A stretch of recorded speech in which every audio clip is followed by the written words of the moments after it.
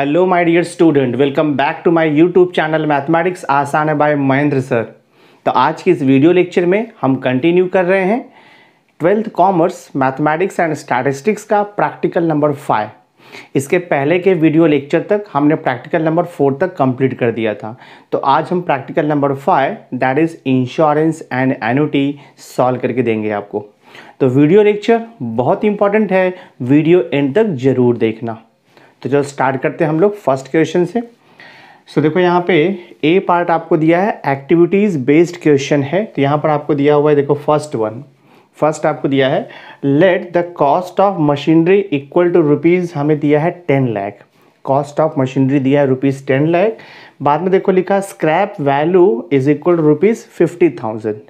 तो मशीनरी का cost value आपको दिया है टोटल कितना, रुपीज़ 10 लाख, एंड उसका स्क्रैप वैल्यू कितना दिया है, रुपीज़ 50,000। ठीक है। और यहाँ पे लिखा है इफेक्टिव लाइफ ऑफ मशीनरी। तो मशीनरी का लाइफ कितना दिया है, 12 ईयर्स तक दिया हुआ है। तो यहाँ पर क्या देखो है, रेट ऑफ इंटरेस्ट कितना दिया है, रेट ऑफ इंटरेस्ट है 5% पर एनम। तो यहाँ पर आपको पहले आय निकालना पड़ेगा। आय का फॉर्मूला आपको मालूम है, आई इक्वल टू होता है आर अपॉन 100। तो आर का वैल्यू 5 है अपॉन देखो 100, तो मैंने यहाँ पे 5 फिल कर दिया। तो जो भी यहाँ पे बॉक्स किया हुआ है उसे मैंने फिल किया है, ठीक है, वो मैंने आंसर्स लिखा हुआ है। तो 5 अपॉन 100 करोगे तो आपको 0.05 मिल जाएगा। फर्दर कंटिन्यू करते हैं।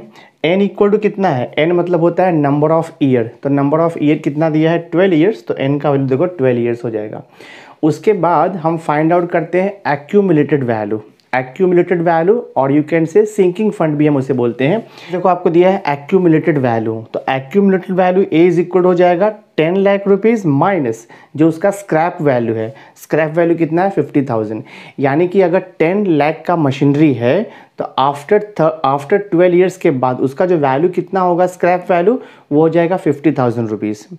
तो 10 लाख माइनस 50,000 यानी कि 9,50,000 रुपीज़ का आपको मशीनरी परचेस करना पड़ेगा आफ्टर 12 ईयर्स। तो 9,50,000 जो हो गया वो मैच्योरिटी अमाउंट हो गया, मतलब उतने अमाउंट का आपको सिंकिंग फंड बनाना पड़ेगा। आफ्टर 12 ईयर आपको 9,50,000 रुपीज़ मिलना चाहिए, उसका हमें सिंकिंग फंड बनाना होगा। ठीक है। तो वही देखो यहाँ पर दिया हुआ है। तो हमारे पास ए इज इक्वल टू क्या हो गया, 10 लाख माइनस 50,000, तो रुपीज़ 9,50,000 का सिंकिंग फंड चाहिए। तो उसके लिए फॉर्मूला होता है A is equal to C upon I into bracket 1 plus I raise to n minus 1।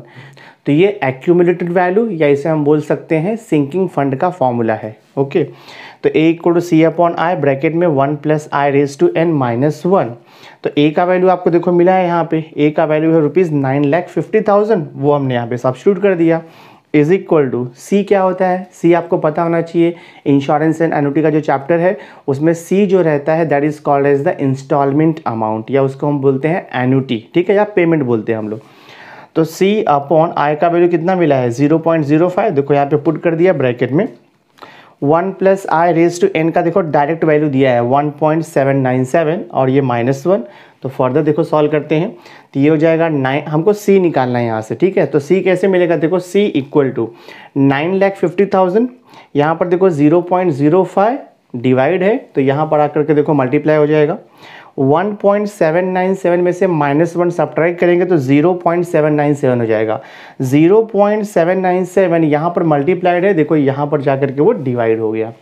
तो C इज इक्वल टू मिला 9,50,000 मल्टीप्लाइड बाय 0.05 अपॉन 0.797। ठीक है, ये इतना क्लियर होगा। अगर आप इसका कैलकुलेशन करोगे तो आपको एग्जैक्ट वैल्यू मिलेगा रुपीज़ 59,584.5। तो आप इसका कैलकुलेशन करके चेक कर लो, एग्जैक्ट सेम वैल्यू आपको मिलने वाला है। ठीक है। उसके बाद हमें देखो क्वेश्चन नंबर 2 अभी दिया है एक्टिविटी बेस्ड। यहाँ पर दिया है गिवन C इक्वल टू 2,000। तो C का मतलब क्या होता है, एन्युटी, या उसे हम बोलते हैं पेमेंट, या फिर सिंपल लैंग्वेज में उसे हम बोलते हैं इंस्टॉलमेंट अमाउंट। ठीक है। रेट ऑफ इंटरेस्ट कितना दिया है, पर quarter.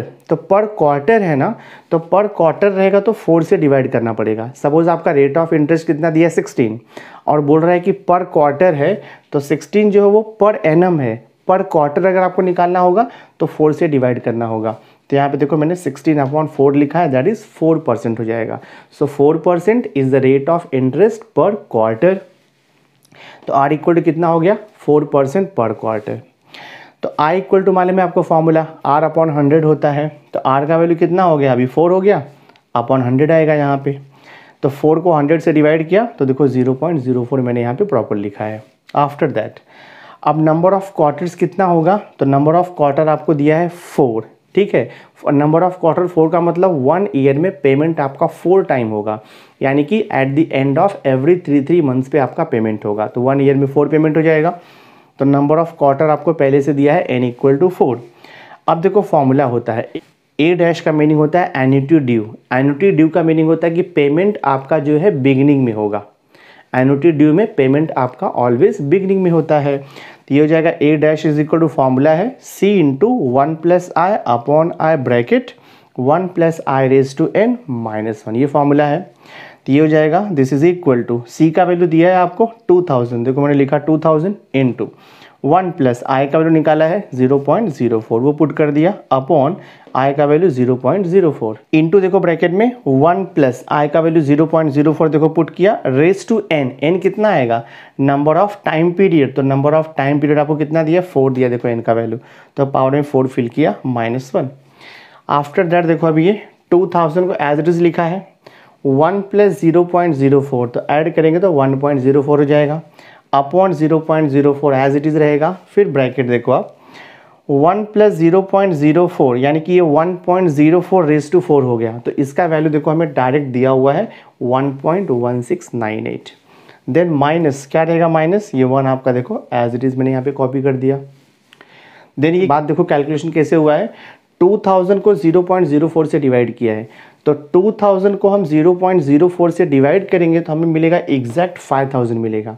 So this 5000 multiplied by 1.04 into देखो यहाँ पे 1.1698 माइनस 1 करेंगे तो 0.1698 मिलेगा हमें।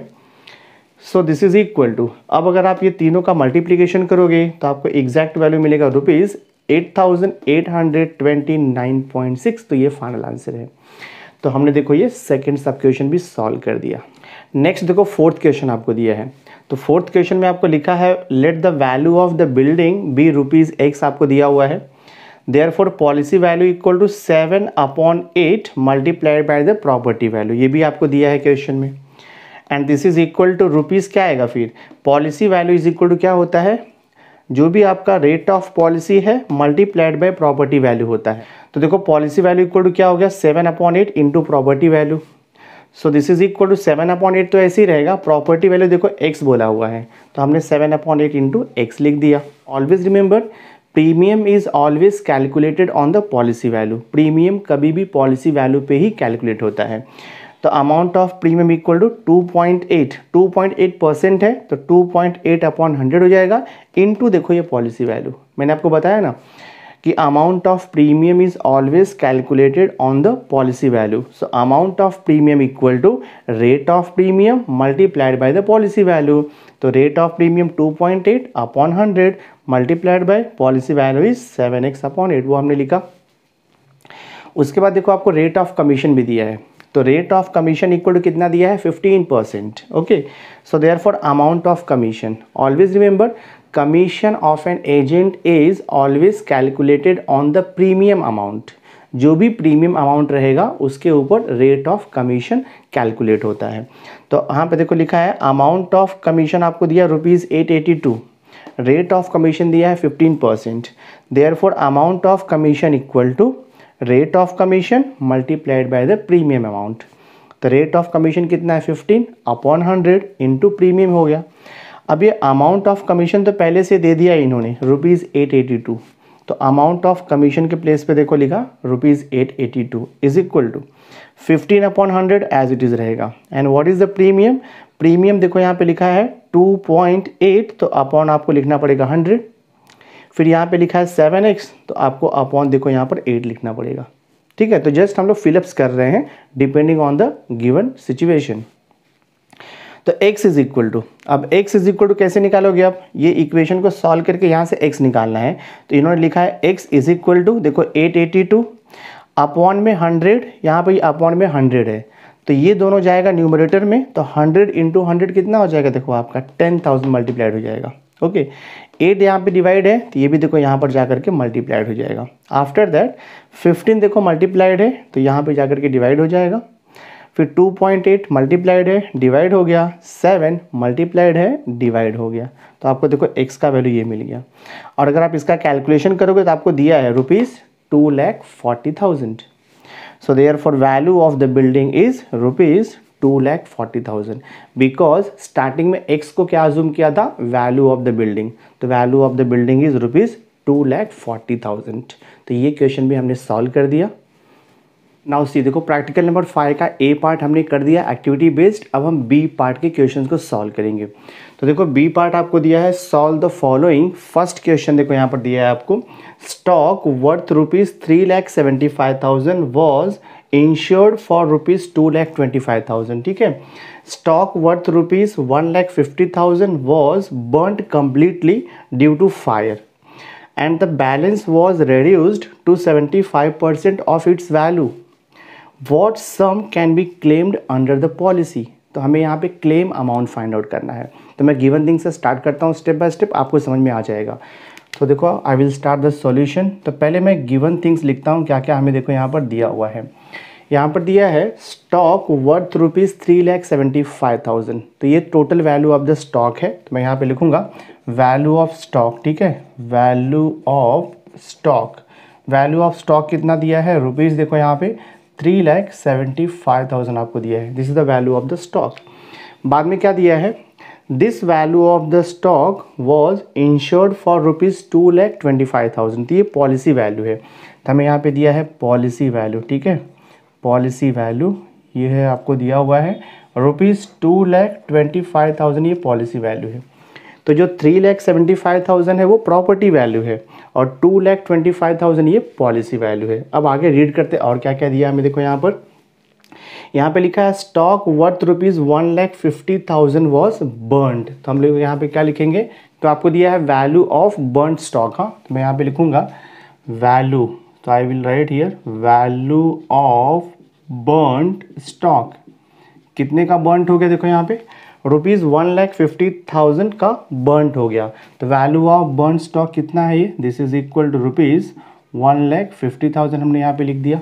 ठीक है, आफ्टर दैट अभी देखो क्या दिया है, due to fire and the balance was reduce to 75%। अब जो बैलेंस स्टॉक है वो रिड्यूस हो गया 75% ऑफ इट्स वैल्यू।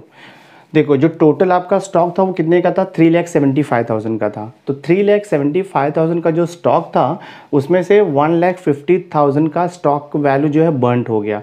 तो रिमेनिंग हम बैलेंस स्टॉक लिखेंगे। I will write here therefore value, हाँ देयरफॉर वैल्यू ऑफ, हमें यहाँ पे लिखना होगा बैलेंस स्टॉक। ठीक है, value of balance stock equal to total value of the stock कितना था 3,75,000। ठीक है, इसमें से 1,50,000 का स्टॉक जो है वो बर्न्ड हो गया due to fire.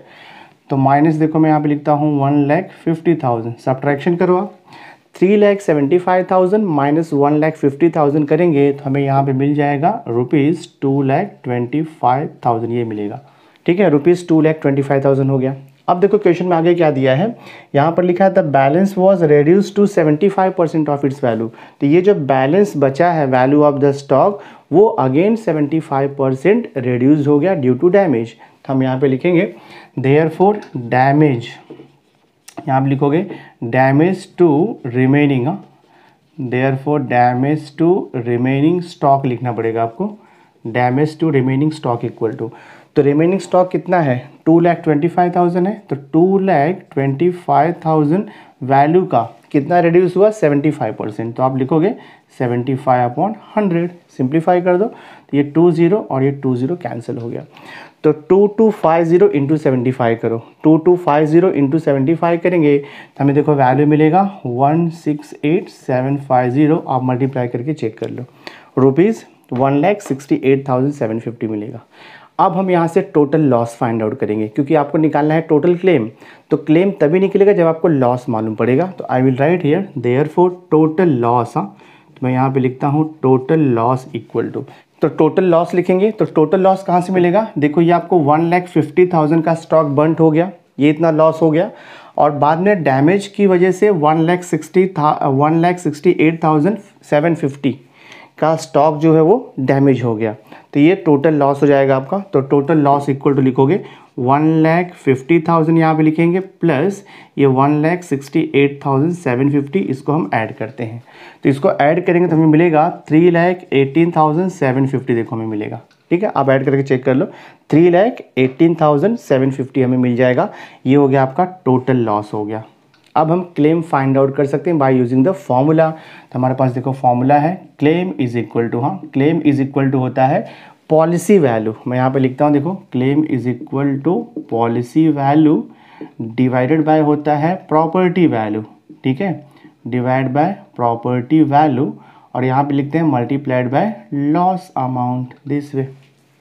So claim is equal to policy value का मीनिंग होता है, देखो पॉलिसी वैल्यू आपको दिया है, पॉलिसी वैल्यू कितना दिया है, ₹2,25,000, तो मैं यहाँ पे लिखूंगा ₹2,25,000। ठीक है, divide by property value, that means total value of the stock. यहाँ पे दिया क्वेश्चन में 3,75,000, तो लिख दो आप यहाँ पे 3,75,000, ये हो गया।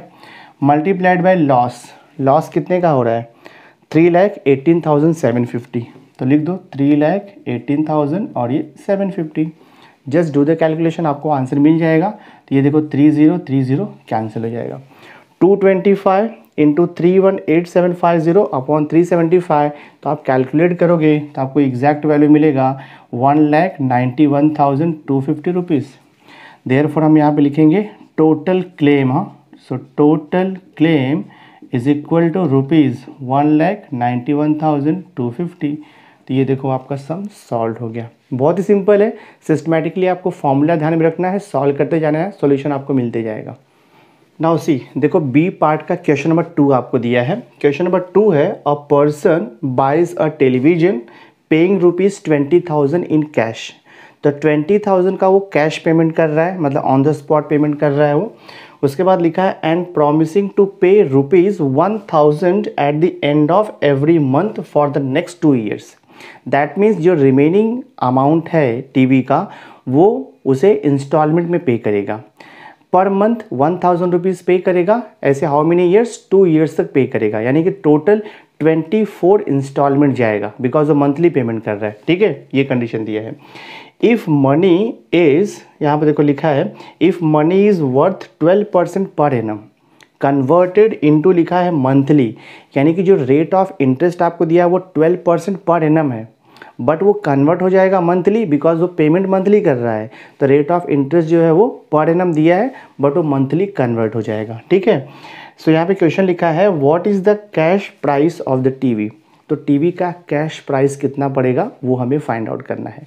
तो जो गिवन थिंग्स है वो देखो मैंने ऑलरेडी यहाँ पे लिख दिया हुआ है, मैंने आपको एक्सप्लेन कर देता हूँ। देखो यहाँ पे क्या लिखा है, इनिशियल पेमेंट, जो कैश यानी कि जो डाउन पेमेंट कर रहा है वो कितने का कर रहा है, ₹20,000 का। उसके बाद क्या प्रॉमिस कर रहा है कि eight the end of every month वो ₹1,000 पे करेगा। ठीक है, और कब तक पे करेगा वो, 12 years तक पे करेगा, सॉरी कब तक पे करेगा वो, 2 years तक पे करेगा। तो वही देखो मैंने यहाँ पे लिखा है C इक्वल टू 1,000, तो C इक्वल टू 1,000 का मतलब ये एन्युटी हो गया, इसे हम बोलते हैं पेमेंट, या आप इसे सिंपल लैंग्वेज में बोल सकते हो इंस्टॉलमेंट। ठीक है, तो 1,000 दिया है। अब यहाँ पर N क्या होता है, तो N जो है वो नंबर ऑफ ईयर नहीं होता है, ऑलवेज रिमेंबर। जब भी आपको एन्युटी का सम दिया रहेगा तो N मतलब होता है नंबर ऑफ टाइम पीरियड। ठीक है, जब भी आपको एन्युटी का सम दिया रहेगा तो N का मीनिंग होता है नंबर ऑफ पेमेंट। N का मतलब यहाँ पे नंबर ऑफ ईयर नहीं होता है। तो आपको नंबर ऑफ ईयर 2 दिया हुआ है, तो आपको पता है कि यहाँ पर पेमेंट मंथली हो रहा है, तो 1 ईयर में 12 पेमेंट होगा, तो 2 years में कितना हो जाएगा, 24 पेमेंट हो जाएगा। वही देखो यहाँ पे लिखा हुआ है 12 इंटू 2, तो ये हो जाएगा 24 पेमेंट हो जाएगा। ठीक है, और R कितना दिया है, देखो यहाँ पे रेट ऑफ इंटरेस्ट जो आपको दिया है 12% पर एनम है, बट यहाँ पर पेमेंट मंथली हो रहा है, तो पेमेंट मंथली हो रहा है तो रेट ऑफ इंटरेस्ट आपका कन्वर्ट हो जाएगा। तो देखो 12/12, तो 1% पर मंथ हो जाएगा, तो रेट ऑफ इंटरेस्ट यहाँ पे 1% पर मंथ आएगा, ये हो गया। उसके बाद देखो हम I फाइंड आउट करेंगे। I इक्वल टू होता है R/100, तो R का वैल्यू कितना मिला है, 1/100 करेंगे तो 0.01 मिल जाएगा। तो यहाँ पे एक्चुअली क्वेश्चन क्या पूछ रहा है, देखो आपको क्वेश्चन पूछ रहा है what is the cash price of the TV. तो टीवी का कैश प्राइस कितना होगा, तो टीवी का कैश प्राइस कितना होगा, दैट मीन्स हमें यहाँ पे प्रेजेंट वैल्यू निकालना पड़ेगा। तो प्रेजेंट वैल्यू ऑफ एन्युटी हमें यहाँ पर फाइंड आउट करना पड़ेगा। तो देखो मैंने यहाँ पे फॉर्मूला लिखा हुआ है, सिंस आपका पेमेंट जो है वो eight the end of the year हो रहा है, तो ये ऑर्डिनरी एन्युटी है, ठीक है। तो हमारे पास देखो प्रेजेंट वैल्यू का फॉर्मूला होता है, present value of an ordinary annuity is P equal to होता है C अपॉन आई ब्रैकेट में 1 minus 1 plus i whole raise to minus n, ये फॉर्मूला है। तो हम देखो प्रेजेंट वैल्यू फाइंड आउट करेंगे, तो मैं गिवन वैल्यू को सब्स्टिट्यूट करता हूँ। तो ये हो जाएगा present value P equal to C का वैल्यू कितना दिया है ₹1000 अपॉन I का वैल्यू हमने निकाला है 0.01 इंटू देखो ब्रैकेट 1 माइनस 1 प्लस I का value 0.01 raise to minus n का वैल्यू 24 है। 24 क्या है, नंबर ऑफ पेमेंट है वो 2 ईयर्स में। तो ये हो जाएगा देखो आपका P is equal to 1000 upon 0.01 है। तो ये 0.01 को निकालने के लिए मैं क्या करूँगा, यहाँ पर 100 से इंटू करूँगा। तो अगर मैं यहाँ पर 100 से इंटू करूँगा ना, तो ये देखो क्या हो जाएगा आपका, ये 30 है, 100 से इंटू किया 20 और यहाँ पे आ जाएगा, और यहाँ पर अगर मैंने 100 से इंटू किया ना, तो ये आपका 1 हो जाएगा, ठीक है। क्लियर हो गया, ये मल्टीप्लाइड बाय 1 माइनस 1 प्लस 0.01, तो ये वैल्यू हो जाएगा 1.01 और रेज टू माइनस 24 है ये। So this P is equal to, ये हो गया आपका 10 लाख, ठीक है, मल्टीप्लाइड बाय देखो ब्रैकेट में 1 माइनस 1.01 रेज टू माइनस 24। तो 1.01 रेज टू माइनस 24 का वैल्यू मैन्युअली तो आप कैलकुलेट नहीं कर सकते हो।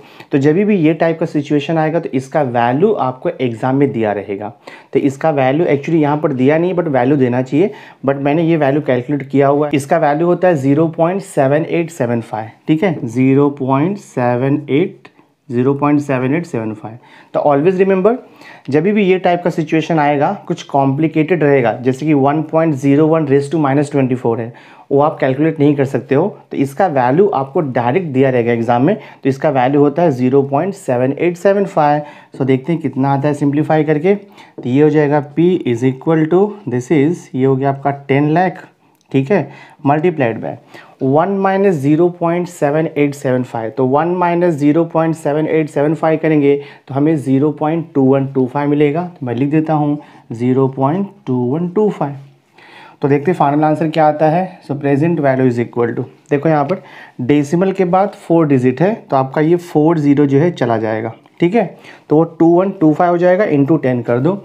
सो दिस इज 2125 और इंटू 10 किया तो 0 आ जाएगा। तो ये देखो हो गया आपका देयरफॉर प्रेजेंट वैल्यू, हाँ ये तो हमें मिल गया है प्रेजेंट वैल्यू इक्वल टू ₹21,250 मिल गया। बट क्वेश्चन में आपको पूछा है what is the cash price of the television, तो मैं यहाँ पर निकालूंगा। तो since cash price is equal to होता है इनिशियल पेमेंट, मैं देखो यहाँ पे लिखता हूँ प्रॉपरली, ये हो जाएगा आपका इनिशियल पेमेंट, ठीक है, इनिशियल पेमेंट प्लस क्या लिखेंगे हम लोग, प्रेजेंट वैल्यू, यहाँ पे लिख दो PV प्रेजेंट वैल्यू। सो देखते हैं कैश प्राइस कितना आता है टेलीविज़न का। इनिशियल पेमेंट 20,000 का किया है उसने, तो ये हो गया देखो आपका 20,000 प्लस प्रेजेंट वैल्यू कितना मिला 21,250 रुपीज़, इसे ऐड कर दो तो ये हो जाएगा आपका 41,250 रुपीज़, ठीक है। देयरफॉर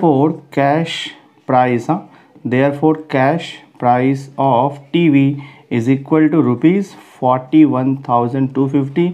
ये हमारा फाइनल आंसर है। हमने क्वेश्चन नंबर 2 को सॉल्व कर दिया।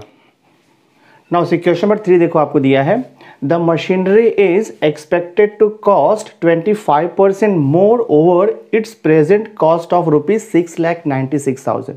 तो जो प्रेजेंट कॉस्ट है मशीनरी का वो ₹6,96,000 है, लेकिन इसका जो एक्सपेक्टेड कॉस्ट होगा वो 25% मोर होगा प्रेजेंट कॉस्ट का, ठीक है। तो वही यहाँ पे मेंशन किया है आफ्टर 20 ईयर्स, ठीक है, 20 ईयर्स के बाद। फिर देखो लिखा है the scrap value of the machinery will be realize to ₹1,50,000, यानी कि 20 ईयर्स के बाद जब हम न्यू मशीनरी परचेस करने जाएंगे तो जो ओल्ड मशीनरी है ना उसका जो रीसेल वैल्यू होगा या उसे हम बोलते हैं स्क्रैप वैल्यू, वो कितना हो जाएगा ₹1,50,000। तो क्वेश्चन है what sum should be set aside at the end of each year at 5% per annum compound interest for 20 years to replace the machinery. That means जब हम 20 ईयर्स के बाद न्यू मशीनरी परचेस करेंगे तो उसका एक्सपेक्टेड कॉस्ट कितना होगा। तो जो उसका एक्सपेक्टेड कॉस्ट होगा उसके अकॉर्डिंग हमें सिंकिंग फंड क्रिएट करना पड़ेगा। तो वो जो सिंकिंग फंड क्रिएट करने के लिए हमें इंस्टॉलमेंट कितना पे करना पड़ेगा every year, so that after 20 years में जो हमारा रिक्वायर्ड अमाउंट है, जो एक्सपेक्टेड अमाउंट है, वो फुलफिल हो जाएगा। तो मैं देखो गिवन थिंग से स्टार्ट करता हूँ यहाँ पे। और यहाँ पे एक और गिवन इन्फॉर्मेशन दिया है 1.05 रेज़ टू 20 का वैल्यू आपको दिया है 2.67। तो मैं गिवन थिंग से देखो स्टार्ट करता हूँ। प्रेजेंट कॉस्ट ऑफ मशीनरी कितना दिया है, ₹6,96,000। हम एक्सपेक्टेड कॉस्ट फाइंड आउट करेंगे। एक्सपेक्टेड कॉस्ट क्या बोला है, expected cost equal to present cost plus 25% of the present cost. यानी कि अभी जो प्रेजेंट कॉस्ट है मशीनरी का, उससे 25% ज़्यादा हमें पे करना पड़ेगा न्यू मशीनरी परचेस करने के लिए आफ्टर 20 ईयर्स। तो मैं देखो यहाँ पे एक्सपेक्टेड कॉस्ट निकालूंगा, तो ये हो जाएगा 25% ऑफ 6,96,000। ये हो जाएगा आपका 25/100 मल्टीप्लाइड बाय 6,96,000, ठीक है। और ये प्लस यहाँ पर देखो आपका 6,96,000 ये एज इट इज़ रहेगा। So this is equal to, simplify करो, ये देखो आपका 20 कैंसिल हो गया। तो यहाँ पे क्या बच रहा है, 25 मल्टीप्लाइड बाय देखो 696 और यहाँ पर 0, ठीक है। और ये प्लस आपका हो गया 69 और ये 6,000, ठीक है।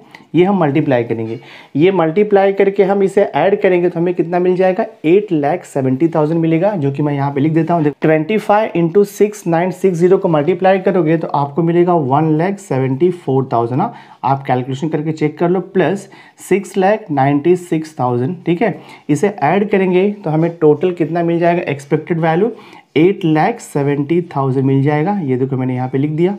तो एक्सपेक्टेड कॉस्ट कितना हो गया, ₹8,70,000। मैं यहाँ पे लिखता हूँ देयरफॉर एक्सपेक्टेड कॉस्ट, हाँ, therefore expected cost is equal to कितना हो जाएगा, ₹8,70,000। ये इतना हमें मिल गया है। दैट मीन्स 20 ईयर्स के बाद जब हम दैट मीन्स 20 ईयर्स के बाद जब हम न्यू मशीन परचेस करेंगे तो कितना पे करना पड़ेगा, ₹8,70,000। बट एक कंडीशन और दिया है आपको, आफ्टर 20 ईयर्स जो ओल्ड मशीन है उसका स्क्रैप वैल्यू हमें देखो यहाँ पर दिया हुआ है। स्क्रैप वैल्यू दिया है ₹1,50,000। तो मैं यहाँ पे लिखूंगा स्क्रैप वैल्यू, हाँ, तो I will write here scrap value realize, ठीक है। Scrap value realize after 20 years कितना दिया है, ₹1,50,000, ये आपको दिया हुआ है। देयरफॉर हमें कितने अमाउंट का सिंकिंग फंड बनाना होगा, तो मैं यहाँ पे सिंकिंग फंड निकालूंगा। देयरफॉर सिंकिंग फंड, हाँ, therefore sinking fund is equal to, देखो जो न्यू मशीन है उसका टोटल कॉस्ट कितना है, ₹8,70,000। तो मैं यहाँ पे लिखूंगा ₹8,70,000 हो जाएगा, माइनस जो ओल्ड मशीनरी है उसका स्क्रैप वैल्यू कितना मिल रहा है, 1,50,000। तो यहाँ पे माइनस कर दो 1,50,000, ठीक है। सो देखते हैं कितने का सिंकिंग फंड बनेगा। देयरफॉर सिंकिंग फंड, ठीक है, sinking fund is equal to 8,70,000 minus 1,50,000 करेंगे तो हमें 7,20,000 मिल जाएगा। तो लिख दो आप यहाँ पे 7,20,000, ये अमाउंट मिल जाएगा, ठीक है। दैट मीन्स 20 ईयर्स के बाद हमारे पास इतना अमाउंट होना चाहिए न्यू मशीनरी परचेस करने के लिए, ₹7,20,000। तो ये जो अमाउंट है इसे हम बोलते हैं A. So this is A is equal to ₹7,20,000 हो गया, ए का वैल्यू हो गया, ठीक है। देखो रेट ऑफ इंटरेस्ट कितना दिया है, 5% पर एनम दिया है। तो रेट ऑफ इंटरेस्ट आपको दिया है R is equal to 5% per annum. तो यहाँ से आप I निकाल सकते हो, I इक्वल टू होता है R/100। तो ये हो जाएगा आपका देखो 5/100। तो आपको कितना मिल जाएगा, यहाँ से I का वैल्यू मिलेगा 0.05 मिल जाएगा, ठीक है। ये देखो हमारा I का वैल्यू हो गया 0.05। यहाँ तक क्लियर हो गया। उसके बाद देखो आपको नंबर ऑफ ईयर कितना दिया है, टाइम पीरियड, हाँ, टाइम पीरियड आपको कितना दिया है, देखो यहाँ पर 20 ईयर्स दिया है और जो पेमेंट है एनुटी का वो एवरी ईयर करने के लिए बोल रहा है। तो 20 ईयर्स में 20 पेमेंट हो जाएगा, तो n इज इक्वल टू आपका देखो 20 हो जाएगा। ठीक है, हमें फाइंड आउट करना है c, बिकॉज क्वेश्चन में क्या पूछा है, देखो यहाँ पे क्वेश्चन में आपको पूछ रहा है what sum should be set aside at the end of every year, मतलब हर साल हम कितना अमाउंट साइड में रखेंगे सो दैट 20 ईयर्स के बाद हमें इतना अमाउंट मिलेगा 7,20,000। तो हमें सी निकालना है, मतलब इंस्टॉलमेंट अमाउंट निकालना है, या उसे हम बोलते हैं एनुटी या उसे हम बोलते हैं पेमेंट। तो सी निकालना है। तो हम यहाँ पे फॉर्मूला यूज़ करेंगे सिंकिंग फंड का। तो देखो सिंकिंग फंड का फॉर्मूला होता है A is equal to C upon I into bracket में लिखते हैं हम लोग 1 plus I raise to n minus 1। ये फॉर्मूला हमारे पास है, जस्ट आपको वैल्यू पुट करना है। ए का वैल्यू कितना दिया है, देखो यहाँ पे 7,20,000 आपको दिया है। दिस इज इक्वल टू सी आपको फाइंड आउट करना है।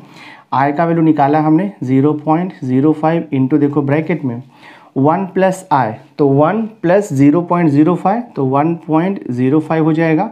रेज टू एन कितना दिया है, 20 दिया है पेमेंट, और यहाँ पे लिख दो आप -1, देखते कितना आता है।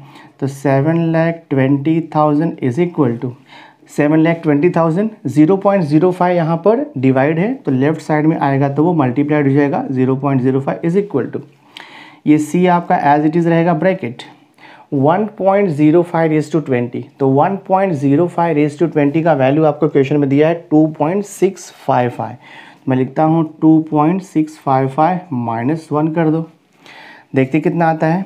अब ये 7,20,000 इंटू 0.05 करना है, तो ये 20 आपका चला जाएगा तो ये 5 हो जाएगा। तो यहाँ पे क्या बचेगा आपका 7,200 इंटू 5 मल्टीप्लाई करता हूँ मैं, तो ये हो जाएगा आपका 0 0 5 2 10 हो जाएगा, 5 7 35 35 1 36 हो जाएगा। ठीक है, तो ये हो गया आपका 36,000। तो 36,000 इज इक्वल टू देखो यहाँ पे c मल्टीप्लाइड बाय 2.655 -1, तो ये हो जाएगा आपका 1.655 हो जाएगा दिस वे। तो ये हो जाएगा 36,000, यहाँ पे ला करके डिवाइड कर दो 1.655 इज इक्वल टू सी। तो देखो आपको सी का वैल्यू मिलेगा डिवाइड करके, देखो 36,000 अपॉन 1.655। तो हम अगर इसे डिवाइड करेंगे तो आपको अप्रॉक्सीमेट वैल्यू मिलेगा 21,752.27, ये आपका अमाउंट आएगा। तो क्वेश्चन क्या पूछा था, what amount should be set aside every year, तो कितना आएगा वो ₹21,752.27। तो इतना अमाउंट अगर हम एवरी ईयर डिपॉजिट करेंगे तो हमें 20 ईयर्स के बाद मशीनरी को परचेस कर सकते हैं, जिसका कि कॉस्ट कितना रहेगा 7,20,000 रुपीज़। तो ये सम भी हमने कम्प्लीटली सॉल्व कर दिया। So my dear student, through this video lecture हमने प्रैक्टिकल नंबर 5 कंप्लीट कर दिया है। तो नेक्स्ट वीडियो लेक्चर में मैं प्रैक्टिकल नंबर 6 आपको सॉल्व करके बताऊंगा। तो नेक्स्ट वीडियो लेक्चर भी बहुत इंपॉर्टेंट होगा, उसे देखना मत भूलना। और आज का वीडियो अगर आपको अच्छा लगा होगा, वीडियो को लाइक ज़रूर करना, मैक्सिमम स्टूडेंट्स को शेयर कर देना। और अगर अभी तक आपने मेरे चैनल को सब्सक्राइब नहीं किया है तो सब्सक्राइब करके बेल आइकन जरूर प्रेस कर देना, सो दैट मैं जो भी लेटेस्ट वीडियो बनाऊंगा उसकी नोटिफिकेशन आपको टाइम टू टाइम मिलती रहेगी। So thanks for being with me, मिलते हैं नेक्स्ट लेक्चर में।